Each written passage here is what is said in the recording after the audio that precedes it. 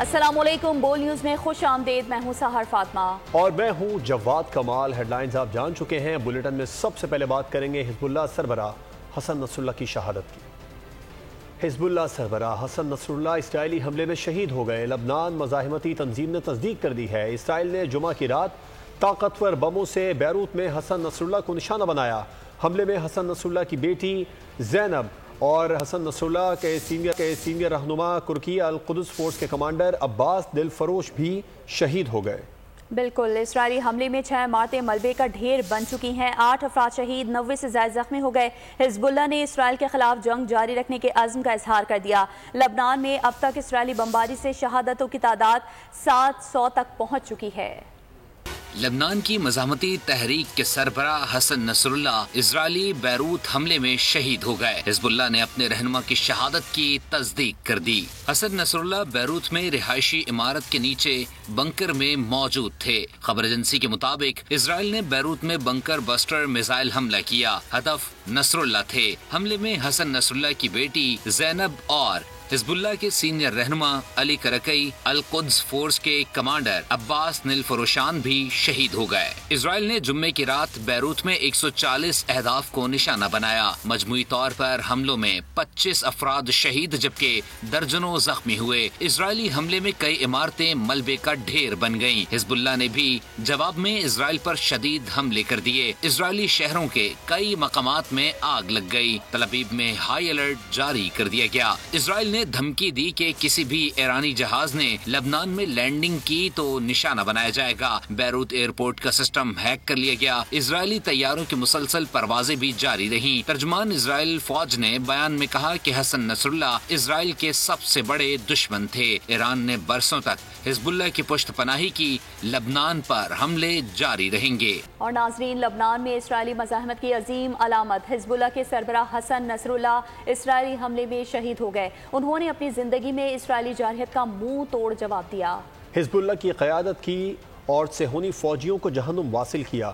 اس عظیم شہید کی زندگی اور تحریک پر ایک نظر ڈالتے ہیں۔ بہادری کی لازوال داستان رقم کرنے والے، اسرائیل کو ناکو چنے چبوانے والے حسن نصر اللہ نے بالآخر شہادت کا رتبہ پا لیا۔ سید حسن نصر اللہ لبنان کی تحریک حزب اللہ کے سربراہ اور اہم ترین رہنما اور اسرائیل کے خلاف مسلسل مزاحمت کی علامت تھے۔ سید حسن نصر اللہ 1960 میں مشرقی بیروت کے علاقے بورجی حمود میں پیدا ہوئے۔ ان کا تعلق لبنان کے ایک غریب گھرانے سے تھا۔ تعلیم لبنان اور عراق کے مدارس میں حاصل کی۔ 80 کی دہائی میں حسن نصر اللہ لبنانی سیاست میں پوری طرح سرگرم ہوئے۔ 1982 میں لبنان میں اسرائیلی در اندازی کے بعد حالات بدل گئے۔ حسن نصر اللہ نے حزب اللہ نامی تنظیم میں شمولیت اختیار کی، جس کا مقصد جنوبی لبنان کی وادی بقا میں اسرائیلی جارحیت کے خلاف مزاحمت کرنا تھا۔ 1992 میں اسرائیلیوں کے ہاتھوں حزب اللہ کے رہنما عباس موصوی کی شہادت کے بعد حسن نصر اللہ کو تنظیم کا نیا لیڈر منتخب کیا گیا۔ اس وقت ان کی عمر 32 سال تھی۔ حسن کی قیادت میں حزب اللہ اسرائیل کی ایک اہم مخالف کے طور پر ابھرے۔ انہوں نے اسرائیلی فوج کے خلاف چھوٹے پیمانے پر جنگ کی پالیسی اپنائی اور ان کی یہ مزاحمتی تحریک 2000 میں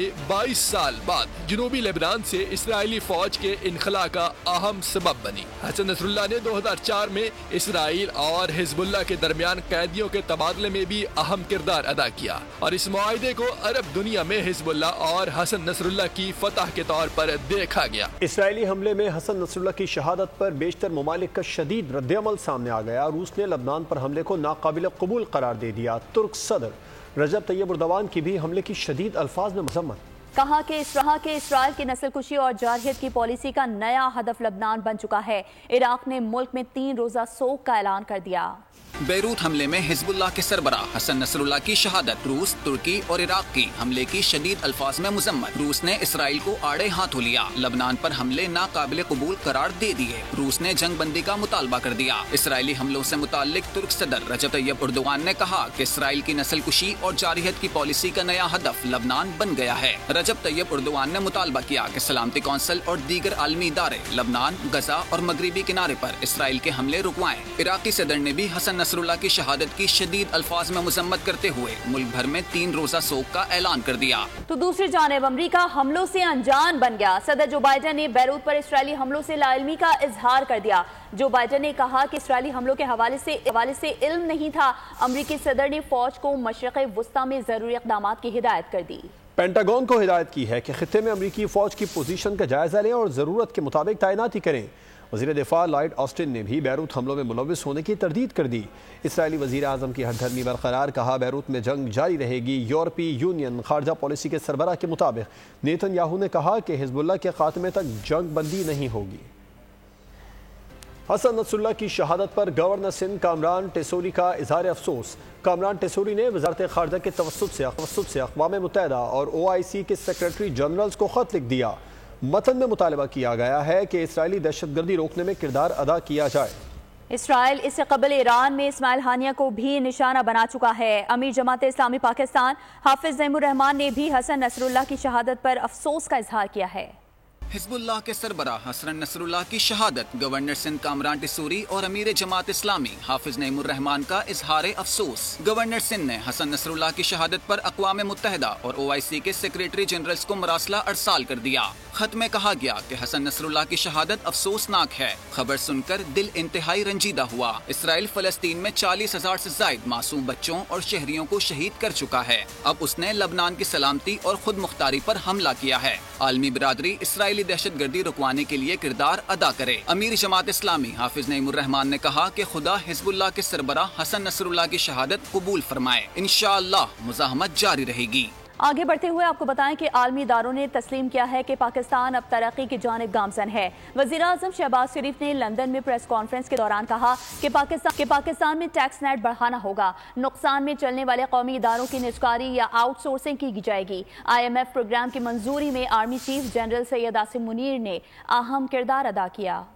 وزیر اعظم شہباز شریف کی لندن میں پریس کانفرنس۔ شہباز شریف نے واضح کیا کہ پاکستان میں ٹیکس نیٹ بڑھانا ہوگا، اشرافیہ کو قربانی دینا ہوگی، سیاسی استحکام کے بغیر معاشی ترقی ناممکن ہے۔ عالمی مالیاتی پروگرام کی منظوری میں army chief general Asim Munir نے اہم کردار ادا کیا۔ وزیر اعظم نے پریس کانفرنس کے دوران PTI کی گزشتہ حکومت کو بھی آڑے ہاتھوں لیا۔ کہا کہ 2018 میں چارٹر آف ڈیموکریسی پر دستخط کی پیشکش کی تھی۔ 9 مئی کا واقعہ ناقابل معافی ہے۔ ملوث افراد کو اس وقت معافی ملے گی جب وہ صدقے دل سے معافی مانگیں گے۔ انہوں نے بتایا کہ چین کے ساتھ تعلقات خراب اور قومی ایئر لائن بند کرانے میں بھی تحریک انصاف کی حکومت ملوث تھی۔ نقصان میں چلنے والے قومی اداروں کی نجکاری یا آؤٹ سورسنگ کی جائے گی۔ اس سے قبل وزیر اعظم شہباز شریف کی امریکی صدر سے عشائیے کے موقع پر ملاقات ہوئی۔ 2 طرفہ تعلقات اور خطے کی صورتحال پر تبادلہ خیال کیا گیا۔ ذرائع کے مطابق وہ لندن میں 3 سے 4 روز قیام کریں گے۔ اور ناظرین، army chief general Syed Asim Munir نے کراچی کی تاجر برادری کو SIFC کے ساتھ مل کر کام کرنے کی دعوت دے دی۔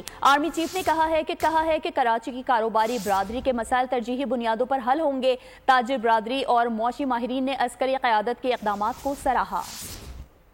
معیشت، تجارت، سرمایہ کاری commission. Army chief general Asim Munir کا دورہ کراچی، تاجر برادری سے اہم ملاقات، اعتماد میں لے لیا، مسائل ترجیحی بنیادوں پر حل کرنے کی یقین دہانی، SIFC کے ساتھ مل کر کام کرنے کی دعوت، تاجر رہنماؤں اور معاشی ماہرین کی عسکری قیادت کے اقدامات کی تعریف۔ Army chief general Syed Asim Munir نے تاجروں کو کہا، میں 1 سال پہلے آپ سے مخاطب تھا اور کہا تھا کہ مایوس مت ہوں، مایوسی گناہ ہے۔ تاجر برادری کے تعاون کے بغیر یہ کامیابیاں ممکن نہ تھیں۔ مغربی سرحد پر اسمگلنگ پر قابو پانے سے معیشت پر مثبت اثرات مرتب ہوئے۔ عارف حبیب گروپ کے بانی عارف حبیب نے کہا کہ آرمی چیف نے یقین دہانی کرائی ہے اسمگلنگ کے خلاف کارروائیاں جاری رہیں گی، ملکی معیشت میں استحکام آئے گا، ڈالر کی قدر اور شرح سود میں کمی آئی ہے، مزید کمی آئے گی۔ اسمگلنگ جو ہے وہ کم ہوئی، جو فورن کرنسی کی اسپیکولیشن ہے وہ کم ہوئی، انٹرسٹ ریٹ جو ہے وہ گر رہا ہے اور مزید جو ہے وہ بڑھے